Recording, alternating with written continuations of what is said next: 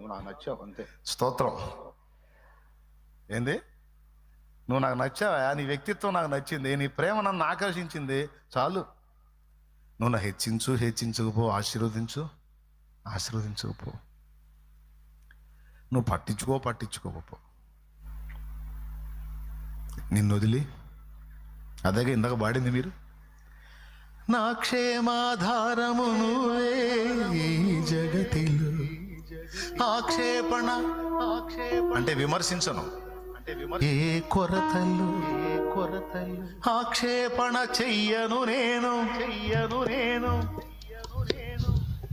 కలతలలో నేనున్న కలవరపడనయ్యా, నీ తలపులలో నేనున్న అంతే చాలయ్యా. చాలయ్యా, నీ జ్ఞాపకాల్లో నేనుంటే చాలు.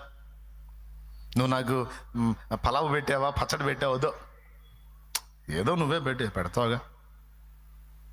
పచ్చడి పెట్టావేంది అనను, పలావు పెట్టావు మంచోడివి అనను.